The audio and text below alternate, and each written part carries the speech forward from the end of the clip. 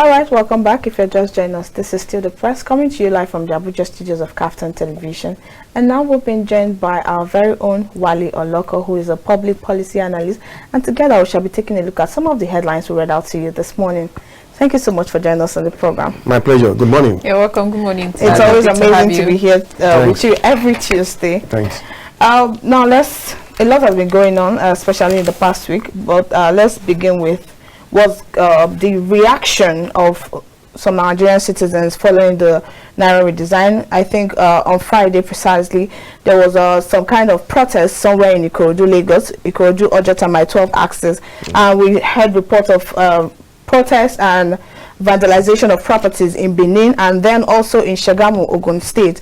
Now, how do you react to these reactions of Nigerian citizens following the Naira redesign and the cash crunch? Do you think we are taking it too far in this regard? Well, the simple fact is that we are taking it too far in terms of the reaction. Yeah, people are bound to be angry. People are bound to react. But there are different ways of expressing such anger and unnecessary, maybe you can say pressure put on them, frustration, this kind of thing. And like somebody said, it's difficult in this kind of situation. But apparently, what you discover is that CBN never planned that we're going to be in this kind of situation. So there is no plan B, so to say. So nothing at all. So a situation where you try to mop up 3.3 billion, and like it's known, like everybody is saying that they're only able to, they printed just 400 billion, hoping that transfers and just BOS will be able to do the rest. But it all intents and purposes, it didn't turn out that way, and that's why you find it. But the question that should be of concern to us is, why is it that only in the southern part of the country that you're having this kind of vandalism and more like burning and expressing their frustration and anger? Why is it not happening? Unless you can tell me. I've not heard anything from the other part of the country. Does it mean that they are also not Nigerians? Does it mean that no new notes or no old notes circulating? So I think that's just the what we find. And unfortunately for the CBN, it will have perhaps tried some states, sensitize and see how it goes. But of course, well, the horse has left the stable, so there's nothing we can't bring it back, and that is where we find ourselves now.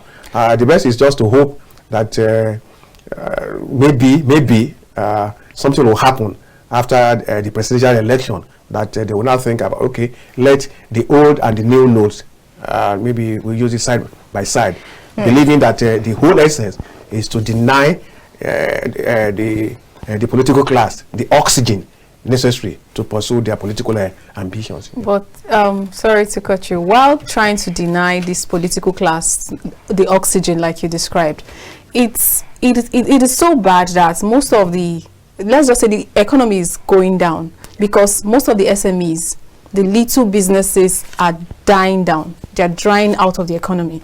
So how would they pick up again? Because at this point, a lot of people have lost their jobs. In fact, I see some persons closing their shops. They can't even afford to even go to the market. They can't even afford to restock. I think one of my customers over the weekend was telling me that I was trying to get, he was using a POS machine. So I was trying to get the next woman that was trying to buy something from him. I was trying to get the cash from her, then pay with my card. He said no, because I struggle to get these items you're seeing here. So every little penny would do me a lot of favor, else you won't see me in this market tomorrow. If they are not there tomorrow, they don't get to pay tax, whichever way that comes, and which means that the government is also losing. Well, of course, there's no way to contradict what you just said. The assertion is very clear, and then it's only when the National Bureau of Statistics, when they come up with their report in the next 2-3 months after that, will know the impact on the economic situation and the GDP of the country.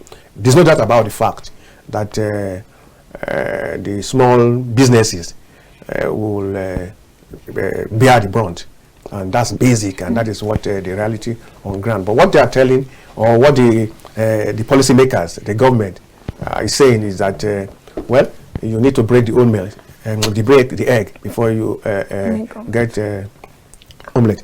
But don't forget that it is a situation where it's interesting. In other countries, you find people will tell you that they are working for the nation, not working for the government. And what this policy has thrown up is maybe perhaps the democratic ideal or the nature of the president. And that is the irony. Yes. You are having a retired military person as the president, and to some people ignoring court orders. And you have a minister in that cabinet who is saying and telling the public, criticizing the policy of the administration and even the president himself, and he's sitting there as the Minister of the Federal Republic of Nigeria, and then telling the world that he swore to uphold the constitution of the Nigeria and not the president. So it's coming clear that I think our democracy is developing, notwithstanding that we have these kind of hiccups, because that's how we call it hiccups. That unfortunately, this is where we are, and then the president and the CBN they're just not ready to look at any other policy for now. All right. Sorry to cut you short, lady. Because with your knowledge, you are a public policy analyst, so I'm hoping that you'll be able to educate us. Because one of the reasons why the federal government introduced the new Naira or redesigned Naira is also to promote e-transactions. So would there be, or would there have been another way to introduce that into the system, make people become more used to use transfers and all of that using the POS instead of taking back the Naira? Because as it is right now, it's more like Nigerians are not ready for that aspect, e-transactions. No, the e-transaction, e-commerce, cashless, they are all in the same box. What you're trying to do is say that, well, you have too much currency in circulation. Rely less on this and use other means of doing business. But when you want to do that kind of thing, and you want to compare Nigeria with other countries, look at the literacy level in those countries. True. And look at the infrastructural development in those countries. And what I mean by that is the level of technological development and the ICT in that areas, and the capacity of those banks to be able to do it. If you don't have that, then it's going to be meaningless. And that is why in my opening remarks that I said it will have been easier if you say, well, fine, the so-called e-commerce, cashless policy, and then other, call it any other name. Why not just restrict to some states, like you are using as maybe beginning and the samples, so that from there you can now move ahead. Because I can't imagine a place like Yobe State, and Borno, where you have only two local governments having branches. So what if you run into trouble? Who do you go to? And you are insisting. And these people, they don't even understand, because they don't have the kind of phones that can do this kind of e-transfer and cashless policy. So that is why it is that you want to, technically, like Olamide said, kill the small-scale industries and then the businesses. And that's unfortunate. The bottom line is that we are just not ready. You cannot say because other countries are doing it, or we want to be number one, that will turn around and become a cashless society, and that after all, in US, in UK, the currency, the highest denomination is £50 or $100. And even when you show it, when you present it some places, because it's only Nigerians that you see with that kind of currency, they tell you, I've not seen this kind of thing before. So you cannot compare Nigeria with that, because our level of literacy is still not as high as those countries, and the level of technology and level of development. But it's not that it's impossible, or you're trying to say, well, it's when you have too much currency that the kidnappers and so on and so forth will be able to, that you are trying to kill maybe 10 birds with one stone. No, you need to go step by step, and that's the way to go. And unfortunately, this is where we find ourselves, and we only hope that I have every belief that whoever wins the presidential election on Saturday will definitely take a look and say that no, we are not going in the right direction. I've been wondering, this money policy is supposed to be part of the economic policy, which means that probably NEC is supposed to have sat over this and said something, taking a better or a deeper look at what is going on. And we're expecting that maybe the vice president who is presiding over the next should have also said something. Minister of Finance should have also said something. But it looks like it's just a battle between the governor of Central Bank and the president. No, there's no battle between governor of Central Bank and the president. I think they're in alliance. Yes, what I meant is it's just between them now, them going back and forth on all of because this. it's probably the responsibility of the CBN actually to do the maybe to design. But unfortunately, at the end, let's not separate two things. Okay. You want to redesign the currency and you want to implement the cashless. Yes. And on this authority, you need the monetary side of it. When you take, okay, the fiscal policy and the monetary policy, CBN entirely is the sole authority on that, and that is why you have this CBN doing design and then currency, money circulation, inflation, foreign exchange, and so on and so forth. But when you talk about the fiscal policies, like you mentioned, it is the government that will say, okay, this is what we want, this is our target, this is what we want to go, this is the tax that we should pay, and so on and so forth. But then it was supposed to be hand in hand. But the prerogative to redesign is that of this, and then he only needs the approval of the president, and that is why I'll be surprised that more like a coup, so to say, that only few people knew about the so-called decision to say this is how to go. And don't forget, the president has that antecedent because he did that in 1984, 85, or thereabout, and when he changed the currency, only very few people knew about it. Of course, it ended up being shambolic, and people suffered, and that is what we are seeing again this period. So, but like I said earlier, I think we should just not flog the issues too much because the decision has been taken, and then we're already in the crisis situation. The only thing we can hope for is to say, well, fine, perhaps after the election, maybe they will now take a look at it and say, no, this is not the way to go, and let us take a new approach, see how we can lessen the suffering of the people. But even in the last the message, the president, he acknowledged the fact that people are suffering, but it will seem as if it will not really be like the experience who knows it, who feels it, who knows it. I mean, who feels it knows it. Exactly. Good morning, Elder Zaria. Thank you so much for joining us on the program. Good morning. Please turn down the volume of your TV set. Are you hearing me now? Yes, we can hear you. Good morning. Thank you very much. Sandra and Alhassan. Good morning, sir. Thank you all. Thank you so much. And my brother Wale. Thank you, sir. God bless you. Thank you, sir. Thank you. You see, the predicament we find ourselves in today. It's self-inflicted by our leaders. The LPG government due to incompetence. You see, this is a noble objective. And I think bring them down the prices of goods and services, strengthening the naira, making it impossible for people to carry clothes or paper. And because of it, but as Mr. Wale said, it was just kid, 3 days later, the Nigerians decide whether what they're going to do now and continue or change the government because LPC has shot themselves on the foot. The house divided against itself. We lost. All right. We lost.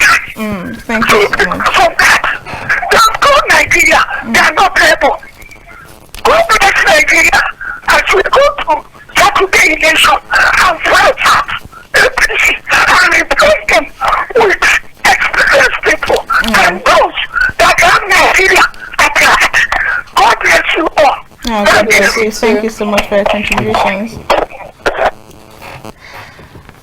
All right. Now, before we got that call, I was going to ask, because you made mention of the fact that maybe after Saturday's election, we can get a new president that's going to overturn the CBN's all of the policy on this Naira redesign.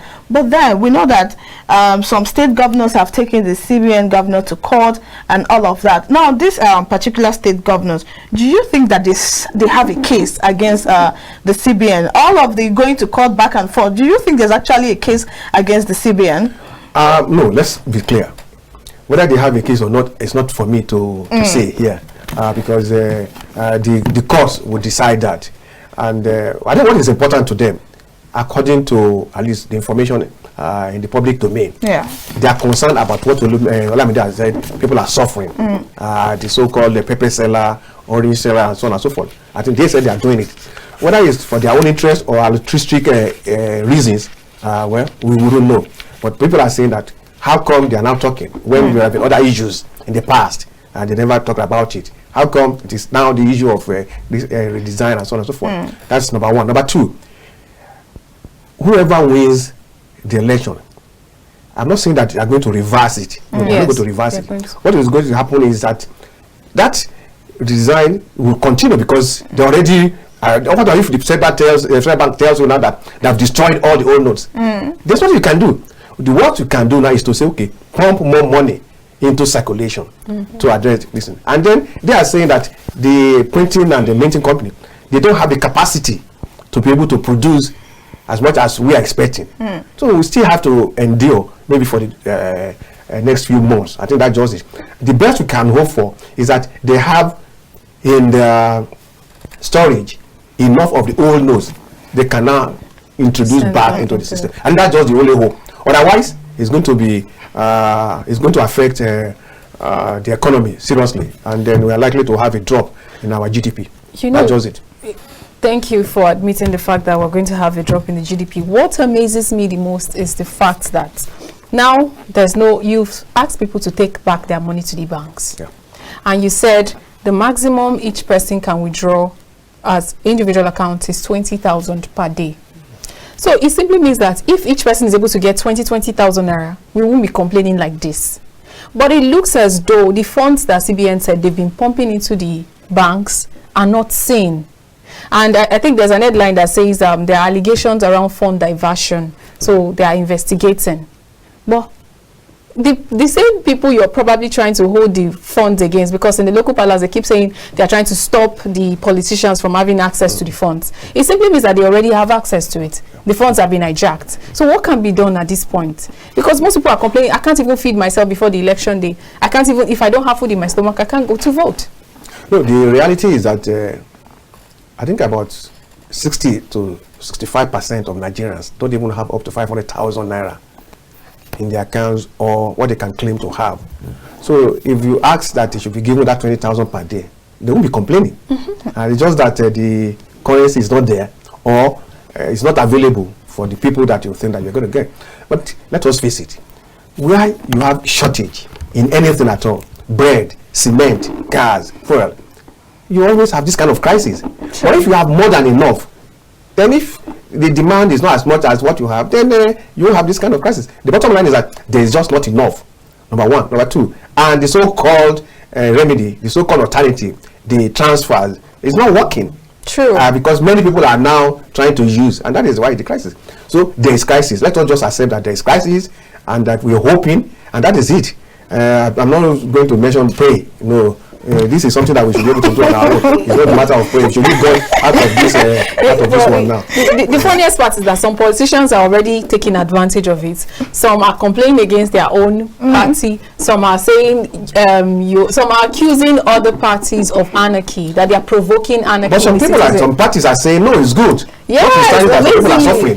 They say, no, it's good that we want it like that. Let us just like there should not be extension. The court should not rule. They should not do anything, and it's okay. Whereas the irony is that it is the ruling party that is even saying that the policy is wrong, and that is why you have somebody like Keyamo, who is a minister in the current administration, saying that what is wrong. So that is the irony. And the presidential candidate of the People's Democratic Party is also accusing the APC governors of, invoking anarchy on the citizens. Well, I know these are all politicians, so let's just allow them to have their... Okay, now speaking of, you just said these are all politicians, and you have always been of the opinion, like you always say anytime you come on the program, that then months, days, you said we have 4 months to the election, a lot of things can happen in the political system. Yeah. Now we have 4 days to the elections. Yeah. Has anything actually panned out the way you predicted it to, or are we still expecting more surprises in the 4 days remaining? No, there's nothing. There's no surprise. There's no surprise. The front runner is known. Unless you want me to declare on TV. The front runner is known and is going to win the election. Notwithstanding all the bottlenecks and all the shenanigans that is being put on his way. Okay. You know? So it's all right. because you find that it's important. You have a reflection of what he has done before, what he's planning to do, and what other parties have, and what. Let's face it. It is important to have structures that be able to push through your agenda, be able to sell your candidacy, market you, and do all that. It's very important. All right. I still want to, because she asked if there are any surprises. There's this headline I want to ask if you're surprised or not. Yeah. It's a power shift. APC governors, heroes of unity. That's coming from Governor Wale of River State. Are you surprised? No, we're saying the same thing. All along, I've always maintained that position, that after 8 years of President Muhammadu Buhari presidency, who is from the northern part of the country, equity, justice, and fairness just demand that power should just go back to the south. And not because I'm in support or I hate Atiku or anything like that. He has no business at all being in the race, one. And don't forget, that is why Governor Wale is unforgiven. You don't have the chairman of a party in one part of the country, and you have the presidential candidate in another part of the country, and you have the BOT in another part of the country. You know, you have this kind of machinations.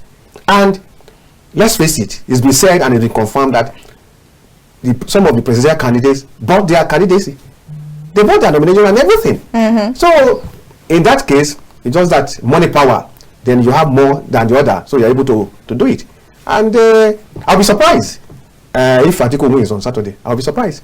Because that's not supposed to be how. Well, we have other candidates, right? Even from the south. No, like you already mentioned, he said there is already... No, for the south, yes. So they can just go about, everybody can come up and try to contest and so on and so forth. But to be unhealthy, at least for the political condition of the country, to have another 8 years, probable 8 years. Now, I'm not, I mean, of course, I'm not... Probably 4 years, maybe. But, okay, most likely 4 years. And for another one, no.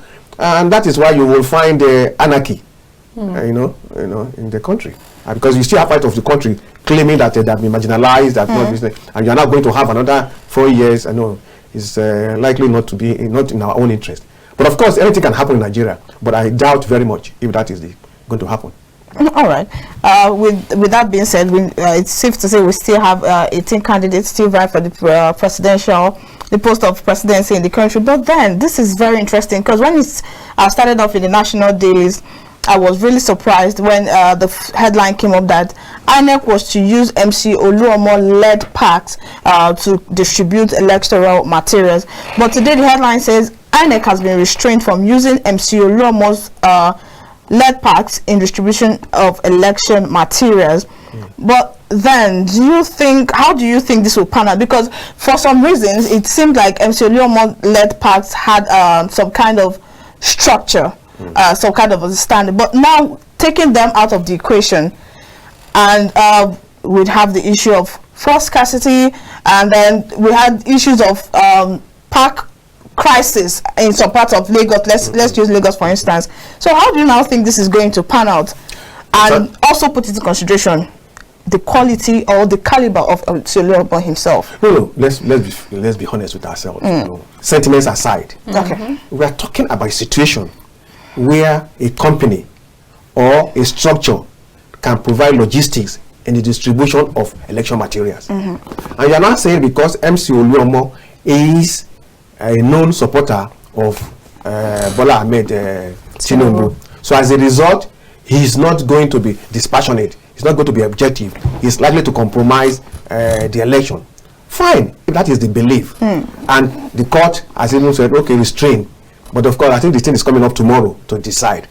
But then one thing you should realize is this.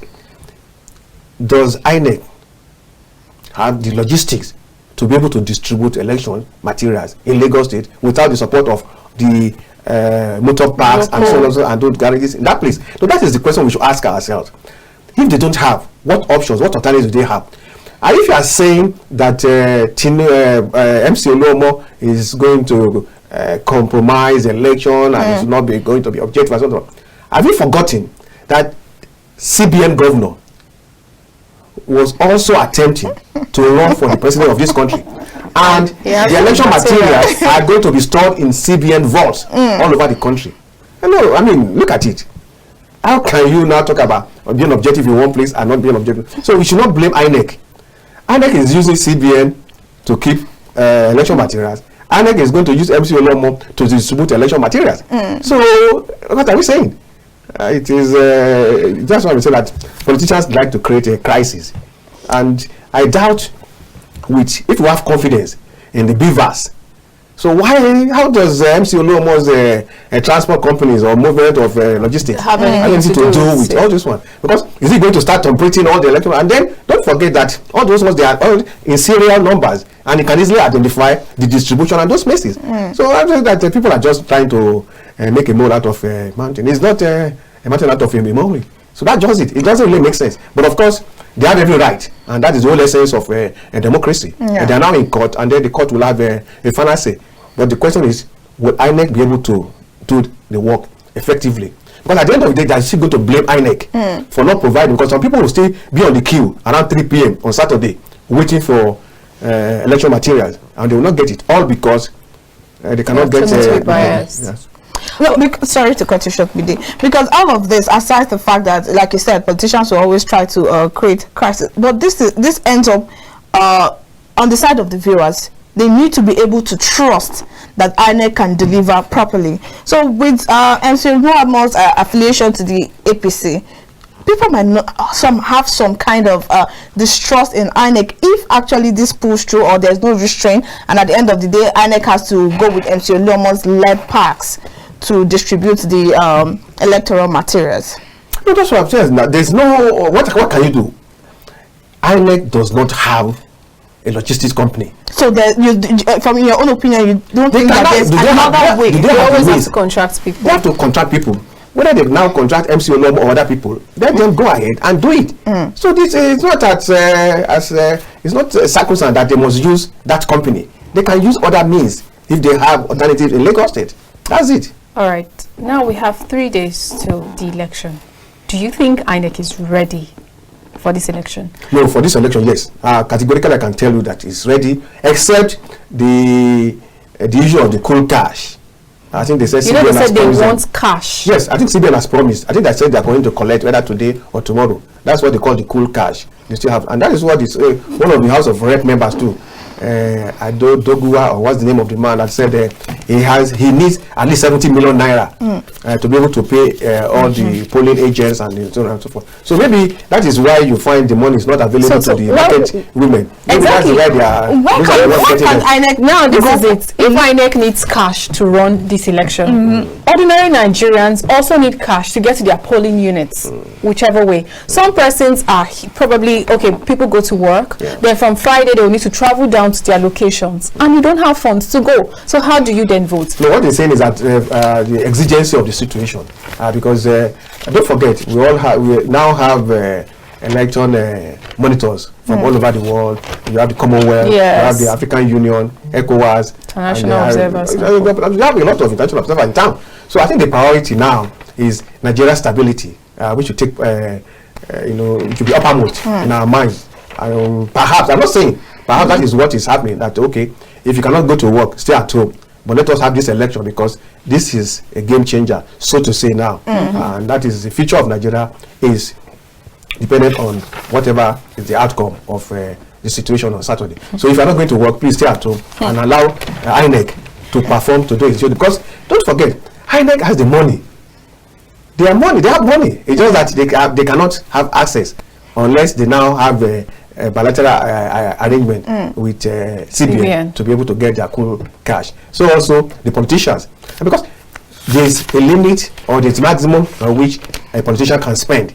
But the man is saying, I'm entitled to 70 million naira, and whichever way I want it, I should be given. And they're telling you, no, you can't have that. Use your POS or use your transfer. The man is saying in my place, there's no network, there's no how I can transfer the money. Especially so most of those local places, most of them don't use bank accounts. No, they said even in some states, I mean Yobe, but no, some states they only have bank branches in 2 local governments out of 17. So it's difficult, and that's what they're saying. So there's nothing wrong in actually saying that we should have our money, because you ask us to deposit the money, especially to collect the money. But they're saying that, okay, you are depositing the money, but we are not going to guarantee. And that's what they told the Nigerians. Yes, we are not going to collect the money. So it's as if somebody is confiscating your money. But they are saying that we are not confiscating your money. Your money is there. We just want you to use other means. But the other means is not acceptable to Nigerians, and we don't have the infrastructure to be able to. So Nigerians are believing that if INEC is going to get cash on demand, they should also get cash on demand. No, that's what I'm saying. Now priority, yes, because this is of national importance. You know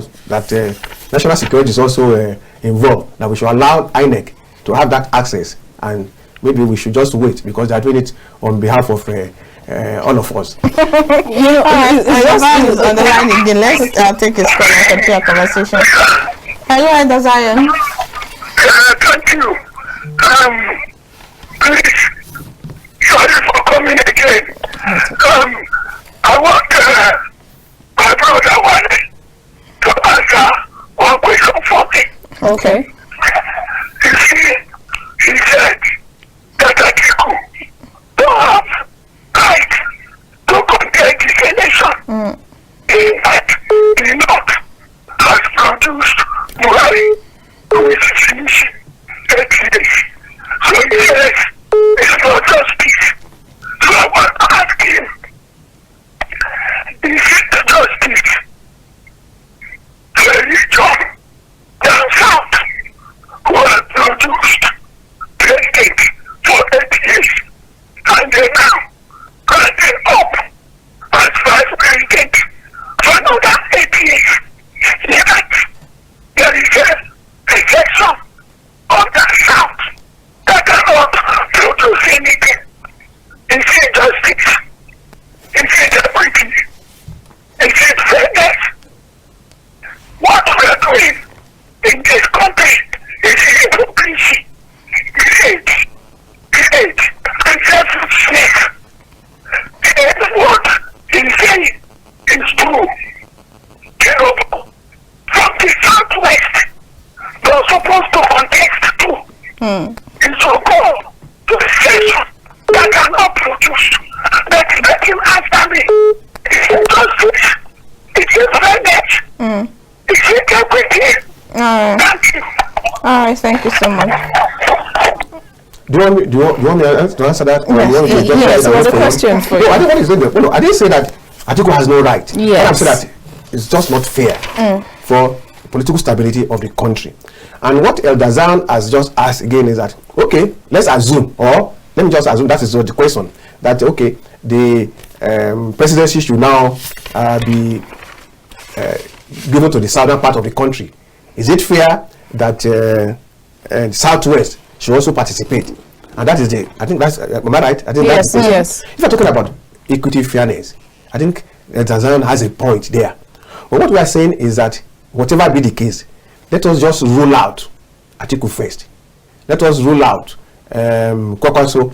And then, if you look at the southern part of the country, and that is what you are seeing, all the Afenifere championing the cause of the Yoruba, that are saying, okay, they are in support of Labour Party.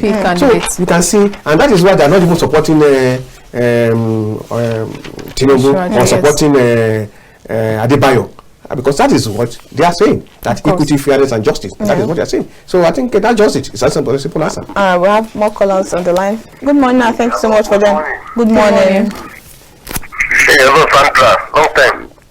Thank you so much. I'm very well. Thank you. This is Mr. Paul Johnny from Itapaito of Benin State of the local government. All right. Thanks so much for being on the program. So my own contribution. He concerned the Oloko, that is the gentleman of the studio, say that it's a company. You know that some step when the human being take, people always fearing him. We're all human being. Because human being, the heart of human being is so difficult. So there's some step that you already take. That's why people have to comment about it, that if that people, the other opposition party go to court.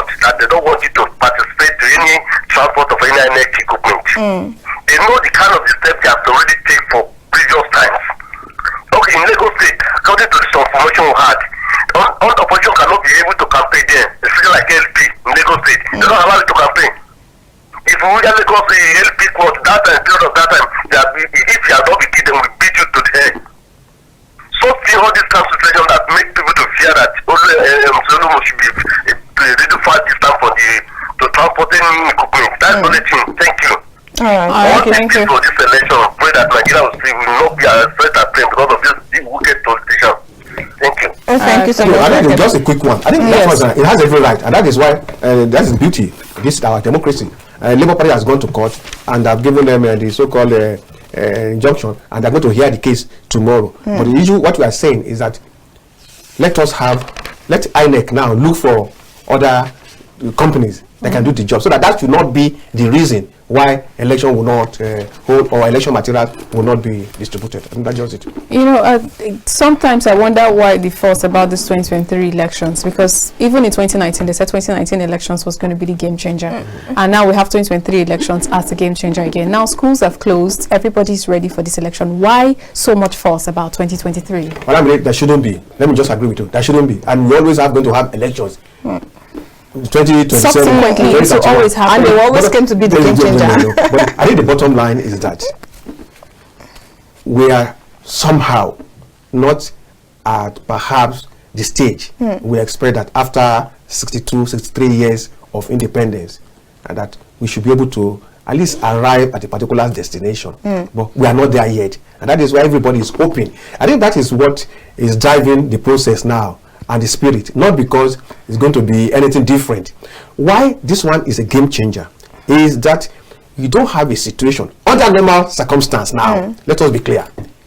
There is nowhere, at least let us go to history.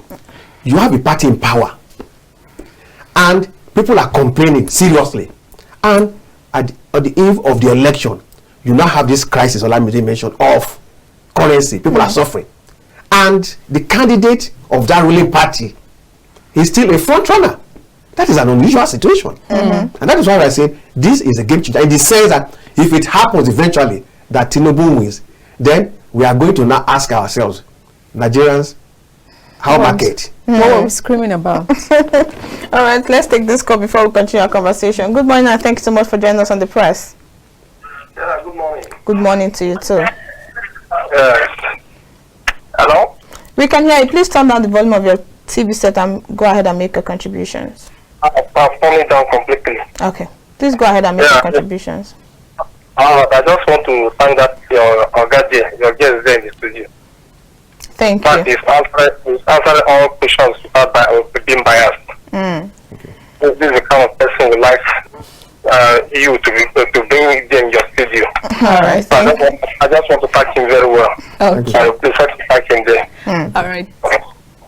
Thank you. All right. Thank you. You just called to thank you, basically. All right. Okay. Olamide also made mention of schools have closed. Yeah. And according to this headline on the Nigerian Tribune this morning, it says closure of universities by NUC is illegal, says Afe Babalola. Now, do you think that was the right move to close down universities? Students should go home and vote, or just go home, then after the elections we resume? Also take into consideration the fact that we've had long months of strikes, and this has also affected the school academic calendar. Now, taking away 3 weeks, do you think it was necessary? You want me to answer just or answer first and then explain? All of them. Yes. Okay. One, my condolences to the parents of the Madonna University that lost their lives in the crash, because they also closed and then going back home. Part of why should that be? That could be one reason to look at. But don't forget, from the statistics published by INEC, Yes. 93 million voters, and you have students, almost 26 million. And some political parties are saying, allow students to go back home to go and vote. And if for whatever reason you now deny them the opportunity and somebody emerges as the president, it will not be a credible election. Okay. So I think that's just the simple fact. So then that's why I ask, what do we want? We should ask ourselves, what exactly do we want? I would quite appreciate the fact that, of course, 7 months, 8 months of ASU strike and so on and so forth. Now you have this. But people ask for it, and that's the whole lesson of democracy. People ask that we have every right to vote, and it's a right, and constitutional right, and don't complain when you have been given the opportunity to go and vote, and you are now saying that you are not going. I think for that reason, I think let's just give them that thumb up that they've done the right thing. And yes, so because some parties, we don't need to mention names here, they have been asking that the students should be allowed. But will that affect the outcome of the election? Will they be able to walk the talk? And that is the question we should ask ourselves. Sometimes I wonder, in as much as there are polling units for people to vote, but when it was time to get, I used to think that a lot of things can be done. We can always break protocols for some things to exist. Now, if we were able to break protocols for people to get their cards, for people to come and register for their voters card, why wouldn't we just break some protocols for people to also vote? Like, take it to wherever they are, have a polling unit around them, and have them vote, rather than just close down everything and say, go back home to cast your votes. No. Let me put it this way. This is democracy in action. And it's still work in progress. Okay. I'm sure we'll get to a stage where once you are registered, and then you are a resident of a particular place, because it's the same you, whether you are in Lagos or you are in Kaura Namoda, but our own system is a bit tight in the sense that the constitutional requirement and the electoral law of 25% in 24 states of the federation, that is 2/3 of 36. So don't forget that if you now have almost 75% in 18 states and you don't have the spread of 25% in most states because your candidacy, your supporters, they are not in those places. That is the problem, and that is why it's good to spread it out and now decentralize.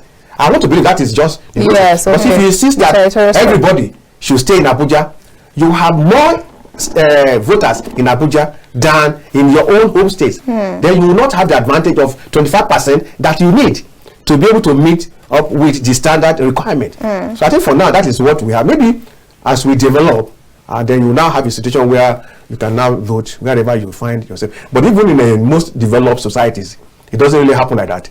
It's wherever you live that you vote. But don't forget that students are like migrants. They are there for 3 years. They registered in that place, and after 4 years, they finish their course. They're going to move out. Then they're now going to move to NYC or locate to go and work in Aba or in Enugu. So you still have to have this kind of consideration. So what is important is to now say, okay, whenever the time comes for election, you should be able to vote, and then why you will have moved your voting center, which is going to be, but for this purpose, I think they are having difficulties.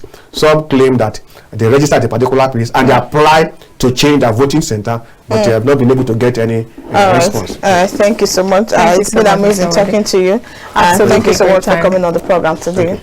All right, with that, we'll draw the curtain today on the press, coming to you live from the Abuja studios of KAFTAN Television. Till we'll come your way tomorrow, I am Sandra Ago. And I am Olamide. Have a great day.